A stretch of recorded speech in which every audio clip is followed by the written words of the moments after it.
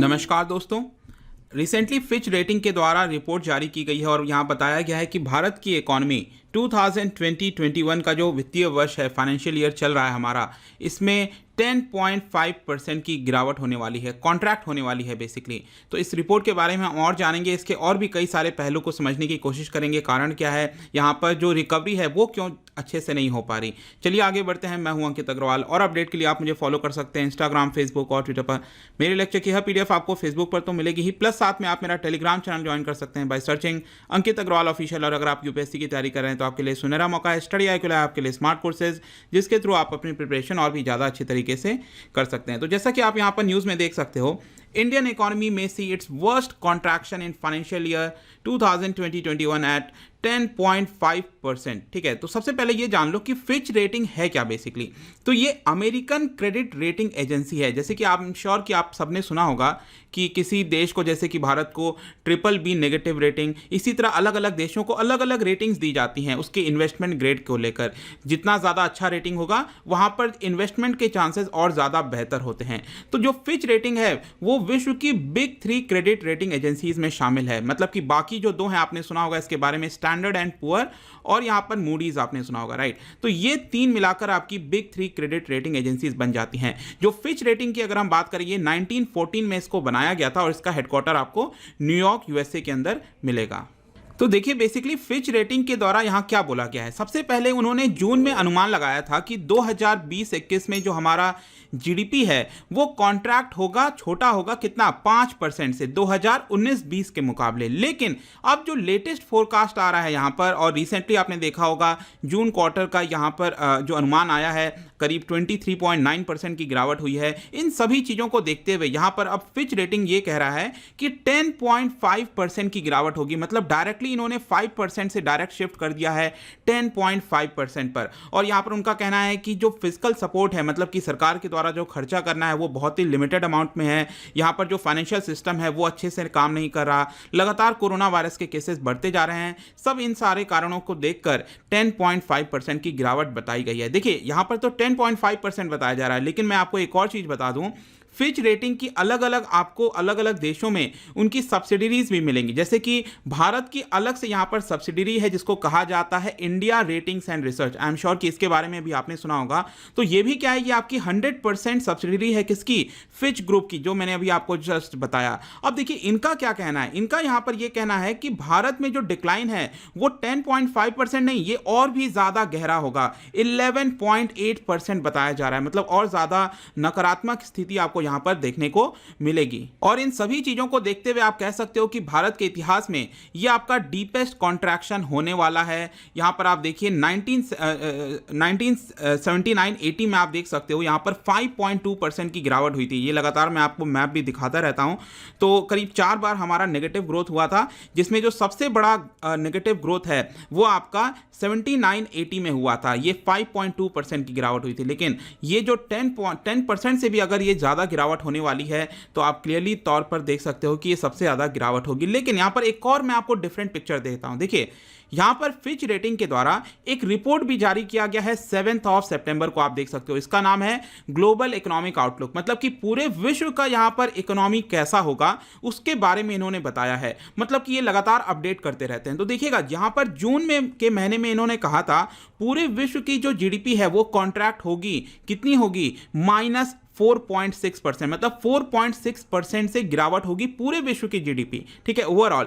लेकिन अब देखिए पूरे विश्व का जो अनुमान है वो ये बेहतर कर रहे हैं। मतलब कि अब उनका अनुमान है कि यहाँ पर ये 4.4% की ही गिरावट होगी। मतलब कि यहाँ पर पॉजिटिव खबर है पूरे विश्व के लिए। लेकिन दूसरी तरफ हम क्या देख रहे हैं, भारत का अनुमान इन्होंने 5% से गिराकर 10% से भी ज्यादा कर दिया है। और यहाँ पर यूएस का भी बताया गया है कि इंप्रूवमेंट हुआ है। मतलब कि यूएस में पॉजिटिव ग्रोथ होगा, आप देख सकते हो, पहले नेगेटिव ग्रोथ बताया जा रहा था। और वहीं चाइना का आप देख सकते हैं 2% का पॉजिटिव ग्रोथ होगा।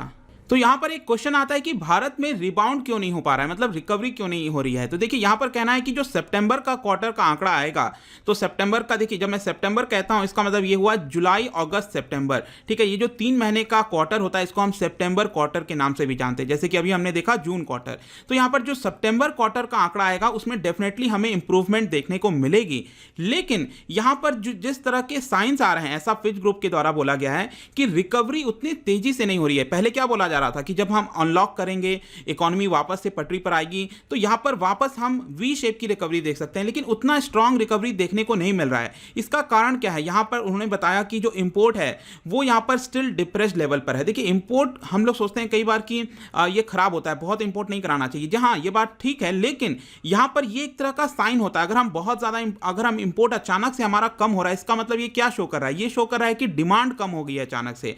तो ये एक तरह का इंडिकेशन है कि कहीं ना कहीं यहाँ पर डिमांड बहुत कम है, जिसकी वजह से रिकवरी तेजी से नहीं हो रही है। जो 2 व्हीलर के सेल्स हैं ये भी एक काफ़ी अच्छा नंबर प्रेजेंट करते हैं। लेट मी टेल यू, जो ऑटोमोबाइल के सेल्स होते हैं वो एक बहुत ही अच्छा इंडिकेटर होता है किसी भी इकोनॉमी को जज करने के लिए। और यहाँ पर आप कैपिटल गुड्स के प्रोडक्शन को भी देख सकते हो कि वो भी बहुत अच्छा नहीं हो रहा है, जिसकी वजह से रिकवरी में काफ़ी ज़्यादा टाइम लग सकता है। इसके अलावा भी यहाँ पर फिच रेटिंग के द्वारा भी कंफर्म किया गया है। आप देख रहे होगे लगातार यहाँ पर डिबेट छिड़ रखा है, मैं अक्सर कमेंट्स में भी देखता रहता हूँ, लोग अभी भी कहते हैं कि नहीं यूएस जीडीपी यहाँ पर 32% की गिरावट हुई है। जी नहीं, ऐसा नहीं है। यहाँ पर फिच रेटिंग में भी बोला है कि G20 कंट्रीज में जो भारत का परफॉर्मेंस है वो सबसे खराब है। इसको ऑलरेडी मैंने क्लैरिफाई किया हुआ है इस वीडियो में, आप में से किसी ने नहीं देखा है तो ये देख लेना, आपको एक्सप्लेनेशन में समझ में आ जाएगा। फिर यहाँ पर बात आती है कि स्लो रिकवरी यहाँ पर क्यों है, मतलब और क्या क्या प्रॉब्लम्स हैं। तो यहां पर बेसिकली आप देख सकते हो भारत जो है इस समय कई सारे मल्टीपल चैलेंजेस से गुजर रहा है। एक सबसे बड़ा कारण है यहां पर जो नए केसेस हैं वो फ्लैटन नहीं हो रहा है। हम अक्सर बात करते हैं फ्लैटनिंग ऑफ द कर्व की, वो नहीं हो पा रहा है। आप देख रहे होगे लगातार ये बढ़ता जा रहा है। मतलब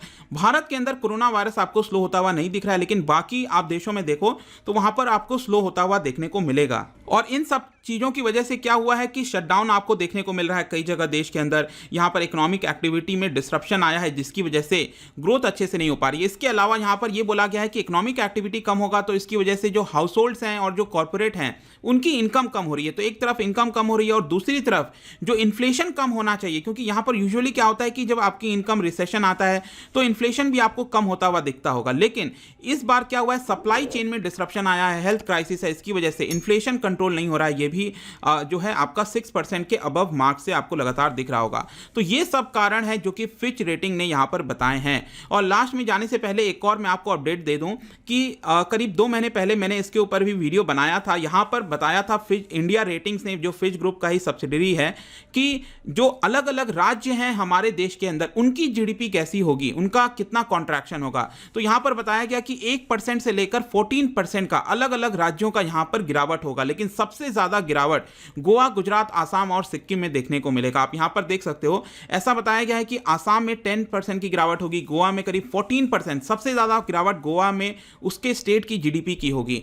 फिर आता है आपका गुजरात 12.4% और सिक्किम का भी करीब 20.9% की गिरावट होगी। लेकिन यहां पर आपको ध्यान रखना है, ये जो आंकड़ा बताया था फिच ने, ये 2 महीने पहले का है। तो डेफिनेट सी बात है, वापस से जो पूरे देश की स्थिति खराब हुई है तो ऑब्वियस सी बात है जो ये जो आंकड़े हैं वो और ज्यादा आपको बदतर देखने को आगे मिल सकता है। और अगर आप चाहते हो कि अलग अलग राज्यों की जीडीपी क्या है, आप देख सकते हो ये आपके अलग अलग राज्यों की जीडीपी आपको देखने को मिलेगी। सबसे ज्यादा राज्य की जो जीडीपी है वो है आपका महाराष्ट्र। ऑब्वियस सी बात है, एक फाइनेंशियल कैपिटल है, सबसे ज्यादा गुड्स एंड सर्विसेज यहीं पर प्रोडक्शन होता है, इसलिए ये इसकी जीडीपी सबसे ज्यादा है। तो आई होप दोस्तों ये जो वीडियो था रिगार्डिंग फिच रेटिंग के द्वारा, यहां पर एक चीज मैं आपको और बता दूं कि जो फिच रेटिंग है ये पहली एजेंसी बनी है जिसने बताया है कि सबसे खराब स्थिति होने वाली है। अभी तक यहां पर जो सबसे बुरी स्थिति बताया जा रहा था वो करीब 6 से 7% बताया जा रहा था, लेकिन यहां पर अब डबल डिजिट में ऐसा बताया जा रहा है, तो स्थिति सही नहीं है। तो अगर आप मुझसे इकोनॉमी पढ़ना चाहते हैं, कोई कोर्स परचेज करना चाहते हैं, आप स्टडी IQ ऐप पर जा सकते हैं।